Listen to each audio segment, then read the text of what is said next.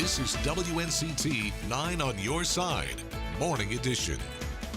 As temperatures drop overnight, the search continues for a missing 3-year-old boy in Craven County. Plus, a Halifax County man is seen holding his mother hostage live on social media. Why police say the live stream actually helped them. And Not on Your Side looks into complaints of scattered debris in one Kinston neighborhood. Why there's no way to tell if it's left over from Hurricane Florence. Not on Your Side, Morning Edition at 6 o'clock starts right now.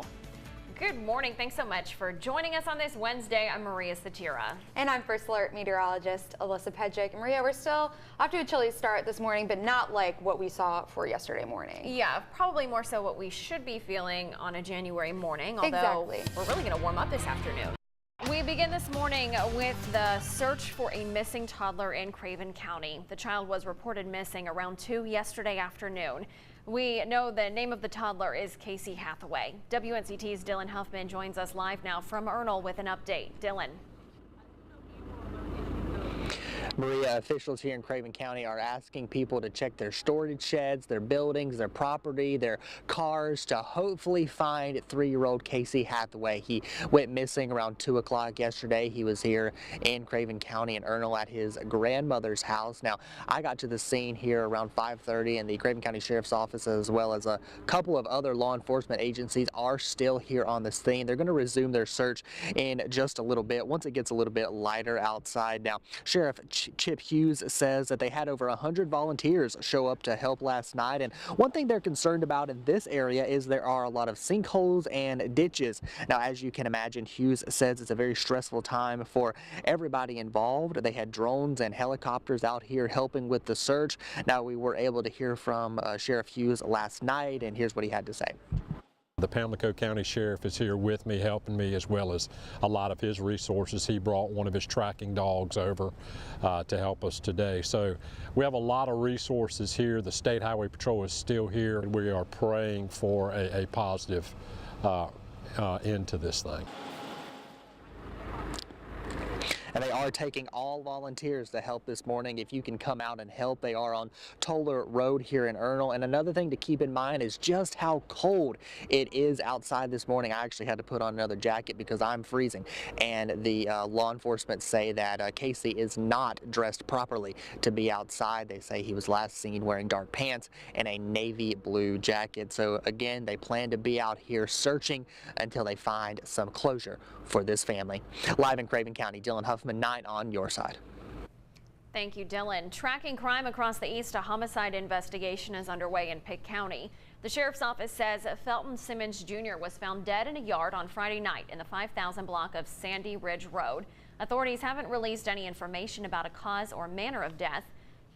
Anyone with information should contact the sheriff's office. The Bertie County Sheriff's Office is also investigating a homicide after a moped driver is found dead. Deputies responded to a call about a possible crash off Center Grove Road in Powellsville on Saturday. The Sheriff's Office says the driver died from injuries not caused by the crash. Anyone with information should contact the Sheriff's Office. Breaking overnight, authorities say 3 people are in custody after a state trooper was shot last night in Wilson County. It happened during a traffic stop around 5:45 off Sharon Acres Road in Elm City. The trooper is identified as Trooper Daniel Harrell, a 5-year veteran assigned to Wilson County.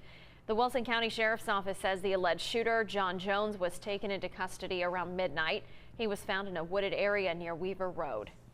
Anytime we have a brother or a sister shot in the line of duty, it affects all of us. These are very perilous times that law enforcement is living in, and it's a very dangerous environment for law enforcement to be working in.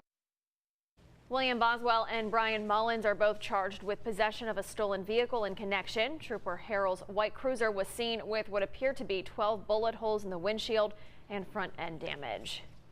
Following the shooting, medics transported Trooper Harrell to Vidant Medical Center for treatment. That's where we find our Connor Kick, who joins us live now with an update. Connor.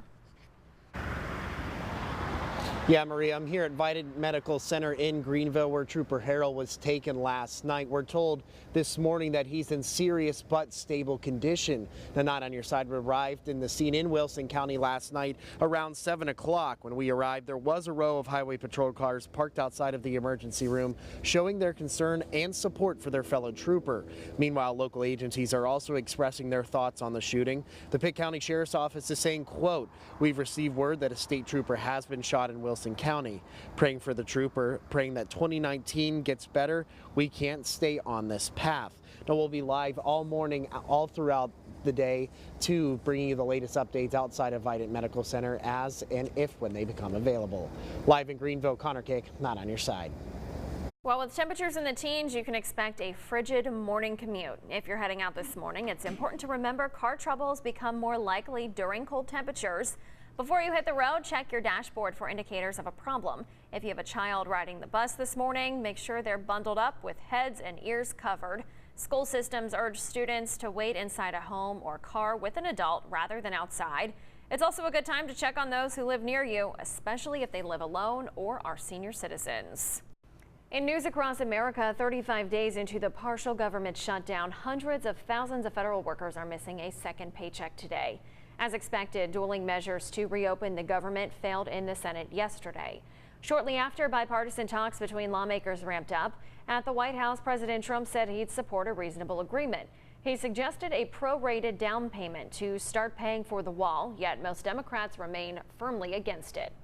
How ludicrous it is that this government is shut down over a promise the President of the United States couldn't keep. The president backed off, declaring a national emergency earlier this month. It appears to be back on the table for Mr. Trump, though, as the shutdown drags on. Meanwhile, more than 40,000 active Coast Guard members have already missed a paycheck, and now the benefactors of those killed in service may be next. The Coast Guard confirms one-time death benefit payments will not go out while the shutdown is taking place. While it's rare for Coast Guard members to be killed in action, deployments continue despite the shutdown. Retirees who paid into an insurance plan to receive retirement benefits will also miss a check if the shutdown is not resolved by February 1st. Happening this morning, ECU is set to unveil its brand new student center. Our Connor Kick joins us live from the new center with what students can expect. Connor? Yeah, Amber, students are heading back to classes today at ECU, and although they may not be excited for the actual classes themselves, they do have a brand new student center to look forward to. Now, this project was supposed to be completed back in September of 2018, but it ran into complications from Hurricane Florence. Now, just off of Charles Boulevard and East 10th Street, the 220,000 square foot facility will feature new dining options, student lounges, and meeting spaces. The building is part of the $170 million ECU Student Center project, which also included the Health Sciences Center that opened up last year. The facility will also have a new student store, a grand ballroom, and an outdoor screen for movies. And as a relief to some of the students as they are making their way back to campus today, the new student center does feature a new parking garage. It has over 700 spots in it. The ribbon cutting ceremony will take place at 1 o'clock this afternoon. Live in Greenville, Connor Kick, Not On Your Side. It's been an Atlanta staple for the past 5 years. If you want to enjoy the best view the city has to offer outside of Mercedes-Benz Stadium on Super Bowl Sunday, let's go live to Lily Zhao, who has more. Hey, thanks, Maria. Good morning. It's been, we're less than a week from the big game. All eyes will be on the Rams and the Patriots as they face off on Super Bowl 53. Fans have already started to arrive in downtown Atlanta for the big game to kick off for Super Bowl coverage. We're going to take you to some new heights. Never done this before, and this is just amazing. And I mean, you get excited as soon as you get out of your car because all you see is smiling faces. Skyview Atlanta, a Ferris wheel strategically located inside Centennial Olympic Park, provides its passengers with a unique skyline view of the city. We're 200 feet in the air. That's how high we are. So it makes us special because you can see all of Atlanta being that high in the air. During Super Bowl week, the attraction decided to deck out 32 of its 42 climate-controlled gondolas with each NFL team's logos for the first time. And each gondola will take you to the top to see some breathtaking views. You can see the State Farm Arena, you can see the Georgia Aquarium, the park. So I decided to take a look myself. A few minutes later, all of Atlanta was beneath my feet. This is awesome. You can see basically, you can see Super Bowl live over there. There's the aquarium. And a lot of people are saying they can see basically like everything, and you really can. This is super neat. And thankfully, it was also a hit with Super Bowl fans of all ages who got a bird's eye view of Atlanta as well. It was weird at first because we stopped at the top and high. We saw the aquarium, the world of Coca-Cola, the Olympic rings. This is my wife's first time riding. I'm doing the pictures. I'm scared of heights. But this is amazing. With all the Super Bowl, I mean, with all the NFL teams. Oh, this is great. This is great. Well, hundreds of riders ride Skyview Atlanta daily, so if you guys are ever in downtown Atlanta, it's the best place to be just to get a different perspective of the city, downtown Atlanta, all the Super Bowl festivities, and obviously a different side of Mercedes-Benz Stadium. Just one of the many attractions happening this week for the Super Bowl experience. Reporting live from Atlanta, Lily Zhao. Maria, back to you. It's not just his age that makes 14-year-old rapper Ray Emanuel an inspiration. It's his message. The North Carolina teen was featured at an annual Martin Luther King Jr. commemorative service in Atlanta yesterday. I feel like I'm different because I really try to make an effort to put out a positive message to the people, because I feel like me, like in the craft that I do and that I study and work on, a lot of others do it, and it's like a very popular genre, so a lot of people are probably going to listen. You can catch more on Ray's story coming up on CBS This Morning, right here after Morning Edition.